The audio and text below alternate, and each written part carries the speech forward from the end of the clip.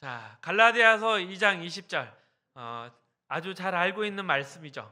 이 말씀의 핵심은 무엇일까요? 그것은 바로 우리가 혼자가 아니라는 것입니다. 우리가 그리스도와 연합해서 함께 죽었고 함께 살아났습니다. 그래서 구원 얻은 하나님의 자녀들은 지금 그 그리스도와 함께 살고 있습니다. 우리는 혼자가 아닙니다. 이처럼 그리스도의 연합을 성경이 계속 강조하는 이유가 무엇일까요? 이제 나는 내가 아니라 그리스도다. 이것을 강조하기 위해서 거듭 연합에 대한 이야기를 하고 있습니다. 그리스도와 내가 하나이기 때문에 하나님이 나를 보실 때 어떻게 보고 계실까요? 하나님이 나를 보는 것이 아니라 그리스도를 보고 있는 것입니다. 나를 나의 가치나 나의 조건으로서 보고 있는 것이 아니라 성자 하나님이 성부 하나님과의 관계 안에서 그 대하는 모습 그대로 하나님께서 나를 대하시고 계시고 있습니다. 그러니까 그리스도의 의가 나의 의가 된 것입니다. 그리고 한 걸음 더 나아가 보면 그리스도와 연합이 오늘도 현실에 함께 하고 있기 때문에 우리의 신앙의 능력이 무엇이냐 할 때도 바로 그리스도다 이렇게 답할 수가 있습니다. 그래서 그리스도와의 연합은 우리의 신실함이나 거룩함이나 착한 일에 대한 보상이 아닙니다. 그리스도와의 연합은 처음부터 거듭나서 하나님의 자녀가 된 모든 자에게 주시는 하나님의 은혜이며 특권인 것입니다. 이러한 그리스도의 연합은 하나님께서 은혜와 사랑으로 우리를 구원하시기로 작정했고 또 이를 위해서 그리스도와 우리를 하나로 묶었을 때 이미 허락된 복이고 약속입니다. 그래서 나를 평가할 때도 나의 나된 것으로 평가하지 말고 스스로를 평가할 때도 그리스도 안에 있는 나로서 스스로를 평가해야 합니다. 그리스도 안에 있다는 말은 무엇인가? 그것은 그리스도가 어떠하심이 바로 내가 된다는 의미입니다. 내가 그리스도 안에 있기 때문에 예수님이 가지신 것, 예수님의 거룩하심, 의로우심, 순종, 그리고 또 죄에 대해서 결코 패배할 수 없는 예수 그리스도의 승리, 그 모든 것이 바로 우리의 것이 되는데 바로 성화의 신비가 있는 것입니다. 구원이라는 것이 무엇이겠습니까? 구원받기 전에는 죄가 우리의 왕노로 됐다가 이제 구원받은 이후로는 그리스도께서 우리의 왕이 되시는 것입니다. 우리는 이것을 복음이라 하고 구원이고 은혜라 합니다. 그동안은 죄 아래 매여 있었다면 이제는 은혜와 거룩 안에 매여 있는 것입니다. 그런데 우리는 이렇게 오해를 하고 있습니다. 우리 안에 속사람과 겉사람이 마구 싸우고 있어. 이게 바로 믿음의 싸움이야. 그래서 우리가 믿음이 좋으면 속사람이 이긴다. 이렇게 생각하고 있습니다. 물론 이것이 정적으로 틀렸다고 표현할 수는 없지만 이런 겉사람과 속사람 그리고 나의 믿음에 따라서 이것이 이긴다 진다라고 하면 이것은 결국 어떠한 의미를 가지고 있을까요? 그것은 바로 모든 것의 책임이 나에게 있다. 이렇게 돌아오는 것이죠. 그런데 그리스도와의 연합이라는 개념은 그런 것이 아닙니다. 우리가 실패했다는 것은 그리스도가 없을 때 모든 인간이 죄의 노예일 수밖에 없다는 그런 의미입니다. 죄의 종이기 때문에 어떠한 선한 결정을 할 수도 없고 그런 능력조차도 없었습니다. 죄가 늘 우리를 사로잡아 오기에 백전백패했습니다. 하지만 이제 우리가 구원을 얻고 하나님의 자녀가 되었다는 것은 하나님의 안에, 그리스도 안에 있는, 은혜 안에 있는 것인데, 이것은 우리로부터 뭔가 출발된 것이 아니라 하나님으로부터 출발한 이유와 의지가 우리를 승리로 이끌고 있으며, 그것이 결국 우리의 운명이라는 것을 의미하는 것입니다. 이것이 지난 수요 예배 때 말씀드린 로마서 7장의 공고한 사람, 오호라 나는 공고한 사람, 그리고 8장에 예수 안에 있는 사람은 결코 정죄함이 없다, 예수 안에 있는 사람은 하나님의 자녀이다, 은혜의 관계에 있는 자다, 바로 이 대조에 대한 말씀이었습니다. 그래서 지금 우리는 어디에 있습니까? 당연히 8장에 속한 사람이었습니다. 은혜와 구원 안에 있습니다. 그리스도 안에 있습니다. 지금 우리가 다루고 있는 이 문제가 얼마나 중요한가, 그것을 마가복음 10장에서 이렇게 이야기를 하고 있습니다. 좀 긴 본문이지만 우리 함께 읽어보겠습니다. 마가복음 10장 17절에서 27절 말씀입니다. 예수께서 길에 나가실새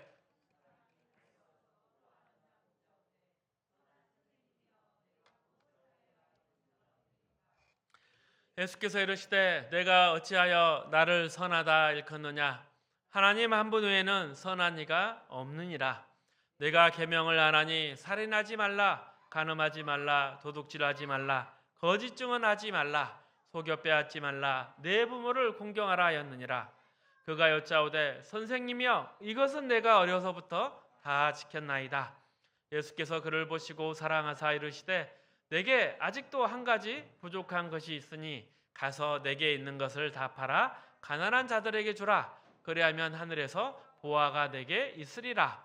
그리고 와서 나를 따르라 하시니 그 사람은 재물이 많은 고로 이 말씀으로 인하여 슬픈 기색을 띠고 근심하며 가니라.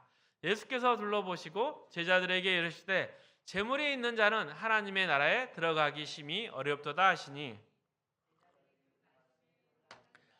예수께서 다시 대답하여 이르시되 애들아 하나님의 나라에 들어가기가 얼마나 어려운지 낙타가 바늘귀로 나가는 것이 부자가 하나님 나라에 들어가는 것보다 쉬우니라 하시니 제자들이 매우 놀라 서로 말하되 그런즉 누가 구원을 얻을 수 있는가 하니 예수께서 그들을 보시며 이르시되 사람으로는 할 수 없으되 하나님으로는 그렇지 아니하니 하나님으로서는 다 하실 수 있느니라. 어떤 청년이 와서 예수님께 어떻게 해야 구원을 얻을 수 있습니까? 묻습니다. 예수님께서 계명을 지키라고 하시니 부자 청년이 다 지켰다고 이야기를 합니다. 네, 그렇다면 내 재산을 팔아 가난한 자에게 주고 나를 쫓으라 명하시니 그가 하지를 못했습니다. 그런데 이 사건은 부자는 천국에 못 가고 또 이웃을 돕는 게 최선의 계명이구나, 이런 식으로 오해를 하는 본문입니다. 그러나 이 본문에는 아주 중요한 예수님의 의도가 숨어 있습니다. 예수님께서 천국 가는 방법, 영생을 얻는 방법, 이런 구원을 얻는 조건에 대해서 대답하신 것이 아니라 부자 청년의 질문 자체가 틀렸다는 것을 말씀하고 계신 것입니다. 내가 무엇을 하여야 영생을 얻으리이까? 내가 구원을 얻는 일에 무슨 조건과 자격을 제시해야 그것을 얻을 수 있습니까? 나 스스로 이것이 가능하다고 믿고 있기 때문에 부자 청년이 질문한 것입니다. 예수님께서는 계명을 다 지키라고 하셨을 때 그는 자신 있게 다 지켰다고 대답을 합니다. 그러자 내 재산을 다 팔아 가난한 이웃에게 주라고 하셨을 때는 청년은 그것을 근심하며 갔습니다. 재물이 아까워서 재물만은 포기 못하겠다, 이런 이야기가 아니라 계명의 핵심은 하나님 사랑, 이웃 사랑인데 내 이웃을 내 몸같이 사랑하라 이것인데 부자 청년이 이것을 할 수 없다. 이에 대한 예수님의 대답이라 하겠습니다. 청년의 가장 큰 문제는 그가 율법을 지킬 수 있다고 믿는 것에 있습니다. 구원을 얻는 것도 자기가 노력하고 조건을 만족시키면 얻을 수 있구나 이렇게 생각했기에 예수님께서 그러면 내가 해봐라 이렇게 답을 해주신 것이죠. 그러니 결국 너의 질문 자체가 틀렸다는 의미입니다. 그래서 이 말씀은 인간이 계명을 지킬 수 없다는 것을 보여주려는 것입니다. 예수 그리스도 없이는 죄인된 모든 사람은 늘 죄의 종이기 때문에 거룩한 하나님의 요구를 따라갈 수도 없고 혹 소원한다 할지라도 이룰 수 없는 것입니다. 우리는 선을 행할 능력이 없습니다. 죄가 우리의 주인으로서 우리를 늘 지배하고 있기 때문입니다. 청년은 자신 있게 계명을 다 지켰다고 합니다. 여기에서 살인하지 말라, 간음하지 말라, 도둑질하지 말라, 거짓 증거하지 말라, 속여 취하지 말라, 내 부모를 공경하라 말씀하셨다면 내 재물을 다 팔아서 가난한 자에게 주라고 하신 말씀은 무슨 의미겠습니까? 그것은 결국 내 이웃을 내 몸같이 사랑하라 이런 것을 의미합니다. 그러나 부자 청년은 그것을 금신하며 하지 못했습니다. 왜 못했을까요? 부자 청년의 입장에서 생각해 보면 이렇습니다. 이 청년은 인간이 무엇을 할 수 있다 이것을 믿는 자였고 그 할 수 있는 실력과 힘이 자신에게 있어 무엇으로 확인되는가 하면 그것이 내가 부자라는 사실에서 확인되었던 것입니다. 선진국에서는 부자가 대접을 받습니다. 선진국에서 부자가 대접받는 이유는 그만큼 노력하고 열심히 살았다고 인정되기 때문입니다. 청년이 부자인 것이 이 사건에서 아주 중요한 부분입니다. 청년은 열심히 살아서 부를 얻었으며 그 부를 얻은 것이 자신의 자신감이요 실력이 되었을 것입니다. 그래서 예수님께서는 이 청년의 질문인 무엇을 하여야 영생을 얻을까요? 이에 대하여 대답하신 것입니다. 부자 청년, 내가 조건을 만들어서는 절대 들어가지 못한다. 낙타가 바늘기로 들어가는 것이 더 쉽다. 이렇게 대답하시는 것입니다. 우리가 제일 이해 못하는 것이 바로 이 부분입니다. 죄인된 인간들의 본성에 죄성의 가장 중요한 내용은 무엇인가 하면 인간은 뭐든지 할 수 있다고 믿는 것입니다. 신앙을 가져도 은혜와 믿음으로 가지는 것이 아니라 노력과 헌신을 바쳐서 신을 감동시켜서 받는 세상의 종교처럼 엇나가는 경우가 많습니다. 그래서 늘 지성이면 감천이다 이런 식으로 가버리는 것이죠. 그런데 기독교 신앙을 가장 기독교 신앙답게 하는 것이 바로 은혜입니다. 이것을 늘 놓치고 정성이라고 오해를 하는 것이죠. 그래서 기독교 신앙이 모든 성도에게 어려운 이유가 은혜를 구하는 것마저도 그 은혜를 얻기 위해서는 은혜를 얻기 위해서 정성이 필요하다고 생각하는 것입니다. 그리고 그 정성이 들어가면 그 정성이 자기의 훈장이 되고 많은 것입니다. 은혜를 구하면 된다. 뭔가 간단한 듯한 원리이지만 우리에게는 이것이 어렵습니다. 우리는 문제를 해결할 능력이 없습니다. 이것을 꼭 기억해야 합니다. 그래서 우리에게 필요한 것은 능력이 아니라 은혜입니다. 죄를 이기는 것도 능력이 필요한 것이 아니라 그리스도의 은혜가 필요한 것입니다. 여기가 우리가 성화가 되어 가는데, 이 신앙생활을 해 가는데, 그리고 기독교 신앙을 이해하는데 가장 중요한 분기점이 되는 것입니다. 죄를 이길 신앙의 능력을, 승리를 쟁취할 능력을 달라고 해서는 안 되고, 은혜를 달라고 우리는 구해야 합니다. 그러면 하나님께서 어떻게 답을 하실까요? 은혜는 너희에게 이미 주셨다라고 답을 하십니다. 이미 예수님을 우리는 믿고 있습니다. 그리고 지금 예수 그리스도 안에 있습니다. 그래서 예수님께서는 우리를 구원하셨고, 우리가 지금 승리의 안에 들어와 있고, 예수님이 우리의 지혜와 능력이 되셔서 결국 완성의 자리까지 갈 것입니다. 이것이 이미 하나님이 우리에게 주신 것입니다. 고린도전서 1장을 보겠습니다. 함께 읽어보겠습니다. 30절 31절 말씀입니다. 너희는 하나님으로부터 나서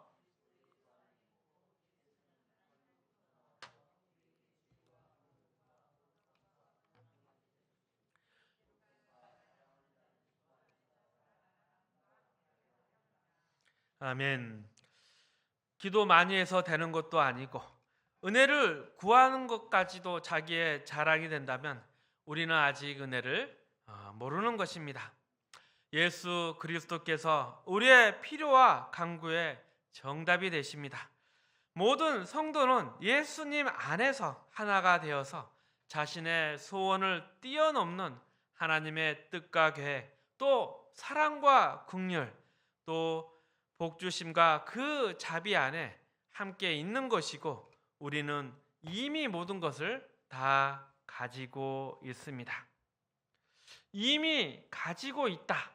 이게 참 이해가 안 돼서 우리가 이것을 쉽게 이해하기 위해서 회개와 한번 비교를 해보겠습니다. 회개라는 것은 뭔가 일이나 활동, 행위를 의미하는 걸까요? 그렇지 않습니다. 회개라는 것은 하나님을 다시 신뢰하는 것입니다. 회개하는 것은 용서를 구하는 노력을 해야 된다, 그런 것이 아니라 겸손한 자세로 되돌아오는 것이 회개입니다. 회개란 내가 내 마음대로 살고 하나님 앞에서 나를 순종하는 게 아니라 거부했던 그러한 자리에서 이제 하나님 앞에 돌아와 모든 것을 구하고 하나님께 내 주도권을 맡기고 순종하는 마음으로 돌아오는 것이 회개입니다. 그런데 우리는 회개를 어떻게 합니까? 뭔가 과거의 잘못을 만회하려고 합니다. 혹 마음에 죄책감이 생기면, 그리고 또 캥기는 것이 있으면 갑자기 교회 일을 열심히 합니다. 감사헌금을 확 냅니다. 이것이 본인이 스스로 느끼기에는 어떤 심리적인 효과를 가질지는 모르겠지만, 그것은 우리가 하나님과의 사이를 오해하고 있다는 결정적인 증거입니다. 잘못된 행위를 회개한답시고, 또 어떤 거룩하고 진실된 행위를 하나님 앞에 드림으로써 뭔가 만회를 하려는 것은 인간의 행위에 대한 판단일 뿐입니다. 인간에 대한 그 행위, 그에 대한 판단을 포기하지 않고 하나님의 은혜를 의지하는 것이 바로 회개입니다. 이러한 모든 것이 우리에게는 큰 위로가 될 것입니다.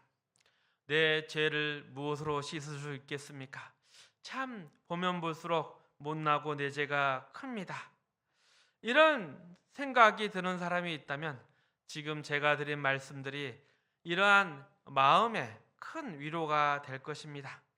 그동안 저질렀던 죄를 만회할 만한 거룩한 행위가 할 수 없다.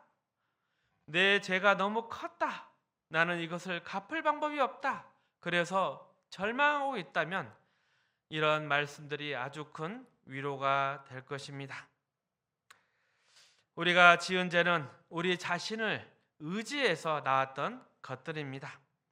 회개는 내가 주인이 되었던 자리에서, 나의 행위와 공로를 의지하고 살았던 자리에서 이제 전적으로 하나님께 내 모든 것을 드리고 의존하는 자리로 바뀌는 것입니다. 그래서 아무리 큰 죄를 지었고 방법이 없고 도무지 만회할 길이 없는 죄를 지었다고 생각이 들더라도 하나님의 은혜와 하나님의 용서하심에는 결코 비교할 수 없는 것입니다. 어찌 보면 이러한 회개 그리고 또한 이러한 하나님의 은혜 앞에서 어찌 보면 제일 고난한 사람이 누구나 하는 죄 하나 짓지 않고 그저 성실하게 다니는 사람이 제일 골치 아프겠다고 생각이 듭니다. 뭔가 큰 잘못이 없습니다. 성실히 살고 교회에서 하라는 것 다 하고 표정도 그날이 그날 같고 남에게 뭐라 하지도 않고 그렇다고 뚜렷한 소신이 있는 것도 아니고 이런 사람들은 자신을 의지하는 죄성에 놓여 있다는 것을 이해하는데도 아마 스스로 어려움을 겪고 있을 것입니다. 더 욕심을 냈거나 더 큰 소원을 가지고 사고를 쳤던 사람들, 그런 사람들이 제 무서움을 더 잘 확인했을지도 모릅니다. 큰 죄를 지었던 사람이 기독교가 은혜의 종교라는 것에 대한 해답을 얻을 수가 있을지도 모릅니다. 이 은혜 위에 다른 해결책이 있다는 것을 스스로 해결책이 없다는 것을 스스로 알기 때문이라 하겠습니다. 하나님과의 관계라는 것이 하나님께서 예수 그리스도 안에서 우리를 당신과 화목하게 만드셨기 때문에 그분의 작정이고 뜻이었기 때문에 예수 그리스도 안에서 우리에게 베풀어진 은혜이고 우리의 결과라 하겠습니다. 하나님께서 왜 날 사랑하신가? 아무리 따져봐도 이유가 없을 때 그렇게 신앙 고백을 하면서도 의심이 드는 게 우리의 본성입니다. 우리는 늘 자신이 없습니다. 이 문제에 대해서 자신이 없고 의심이 드는 것은 우리가 아직 이 은혜의 법칙을 이해하지 못하기 때문입니다. 어찌 보면 은혜의 법칙 자체라는 게 이해 가능한 법칙이 아닌가 모르겠습니다. 하지만 이해를 위해서 로마서 8장으로 가보겠습니다. 하나님과 우리 관계가 어떤 관계인가? 이것을 예수 그리스도 안에서 그리스도와 연합하여 하나님이 우리를 어떻게 보고 계시는가? 이렇게 설명하고 있습니다. 우리 함께 읽어보겠습니다. 14절 15절 말씀입니다. 무릇 하나님의 영으로 인도함을 받은 사람은 곧 하나님의 아들이라. 양자의 영을 받았으므로 우리가 아빠 아버지라고 부르짖느니라.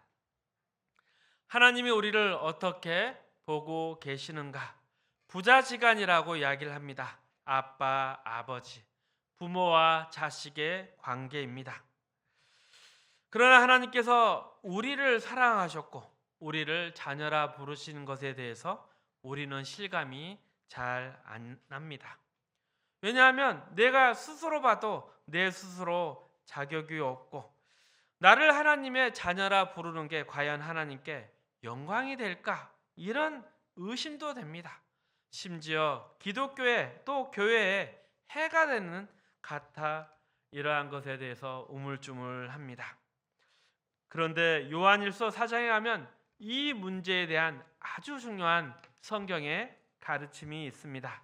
요한일서 4장 16절 18절 함께 읽어봅니다. 하나님이 우리를 사랑하시는 사랑을 우리가 알고 믿었노니 하나님은 사랑이시니라. 사랑 안에 거하는 자는 하나님 안에 거하고 하나님도 그의 안에 거하시느니라.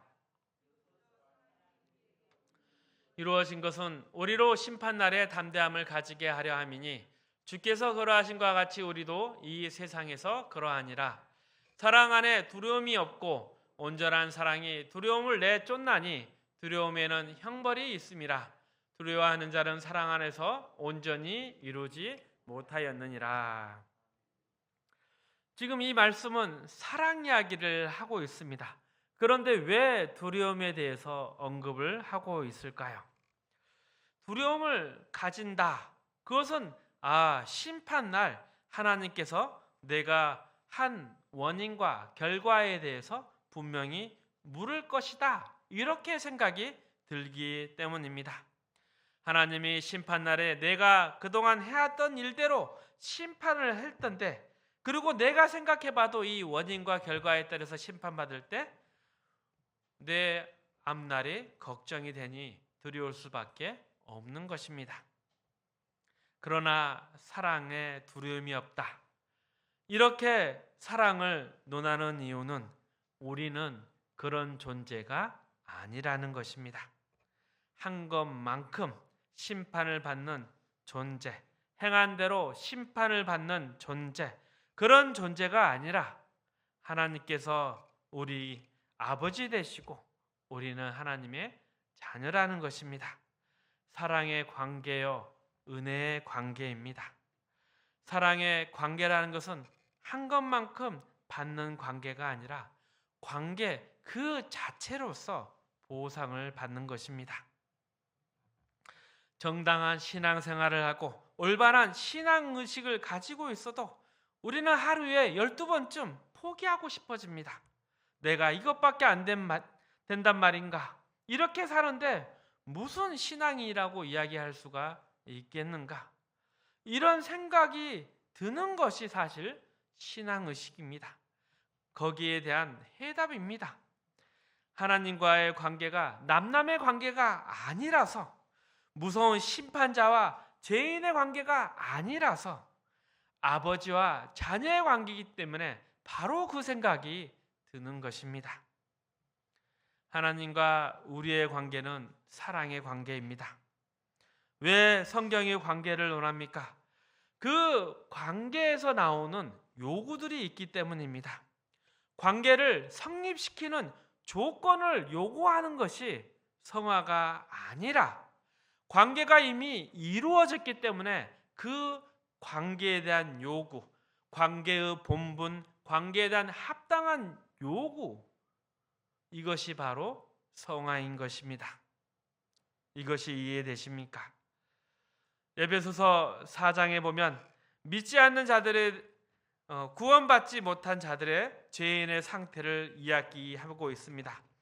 에베소서 4장 17절 19절 함께 읽어봅니다. 그러므로 내가 이것을 말하며 주 안에서 증언하느니 이제부터 너희는 이방인이 그 마음에 허망한 것으로 증언하는 행함같이 행하지 말라. 그들의 총명이 어두워지고 굳어짐으로 말미암아 하나님의 생명에서 떠나 있도다. 그들이 감각 없는 자가 되어 자신을 방탕에 방임하여 모든 더러운 것을 욕심으로 행하되, 이것이 다 죄인된 자들이 하는 짓입니다. 그런데 이에 비해서 그리스도 안에 있는 자들, 하나님을 아버지라 부르는 자들은 어떤가? 20절 말씀입니다. 함께 읽습니다. 오직 너희는 그리스도를 그같이 배우지 아니하였느니라. 우리가 뭔가 착한 일을 해서, 선한 일을 해서 그리스도를 알게 된 것이 아닙니다. 우리는 은혜로 그리스도를 알게 됐고 그 그리스도와 은혜로 하나가 되었기 때문에 이제 성화, 거룩한 삶이 우리에게 요구되고 있습니다. 그리고 이 삶을 산다는 것은 조건을 만족시키기 위한 것이 아니라 우리가 이미 그 조건 가운데 있기 때문에 우리에게 요구되는 것입니다. 비록 우리의 삶이 그 본분을 못 지키기 때문에 관계를 늘 우리는 의심하지만 결코 그렇게 관계를 의심하지 말라 성경은 이야기합니다. 그리고 우리가 가지는 죄책감이나 실망, 심지어 절망마저도 우리가 그리스도와 하나 되어 있기 때문에 가지는 감각이라 이야기합니다.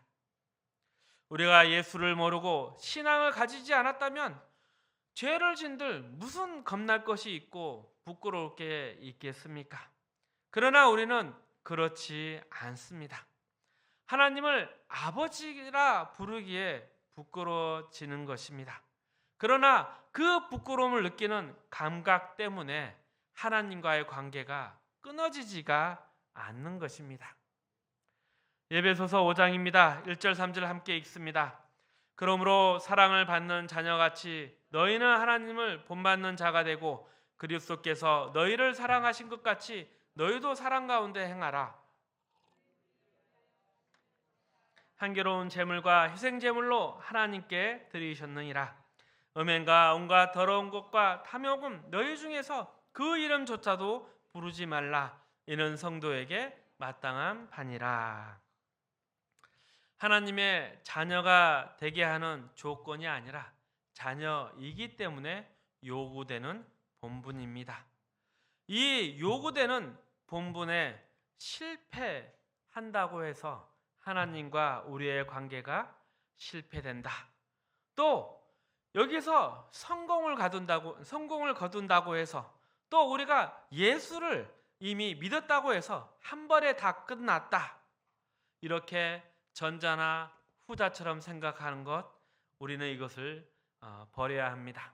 이것은 구원에 대한 이해가 한참 부족한 것들입니다. 구원의 두 가지 측면, 즉각적이고 완성되는 신분의 구원, 칭의와 거듭남, 중생, 이것으로부터 우리는 시작했습니다.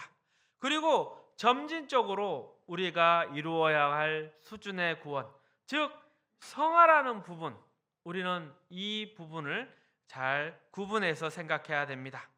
그리고 이 성화마저도 어떻게 이루어지는가? 바로 예수 그리스도의 연합 아래서 이루어진다. 그리고 이것은 예수 그리스도 때문에 이미 완성되었고 완성을 향해 가고 있는 것입니다. 이것을 우리는 분명히 알아야 합니다. 혹 여러분이 겪고 있는 안타까움이나 눈물, 두려움이나 절망, 낙심, 이런 것 따져보면 이미 은혜가 있기 때문에 가지는 양심의 가책일 수도 있습니다.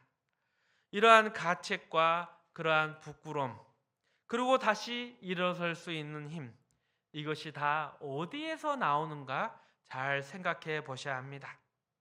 다 하나님이 이미 주신 은혜 안에 그리스도와의 연합된 관계에서 나오는 것들입니다. 그래서 이미 출발했고 또 그리스도와의 연합해서 우리의 신앙과 우리의 모든 힘과 능력이 나온다는 것을 다시 확신하시며 더 성장하고 더 크고 더 인내하시고 하나님의 특별한 은혜 속에서 이 길의 끝까지 우리는 완주할 것이다.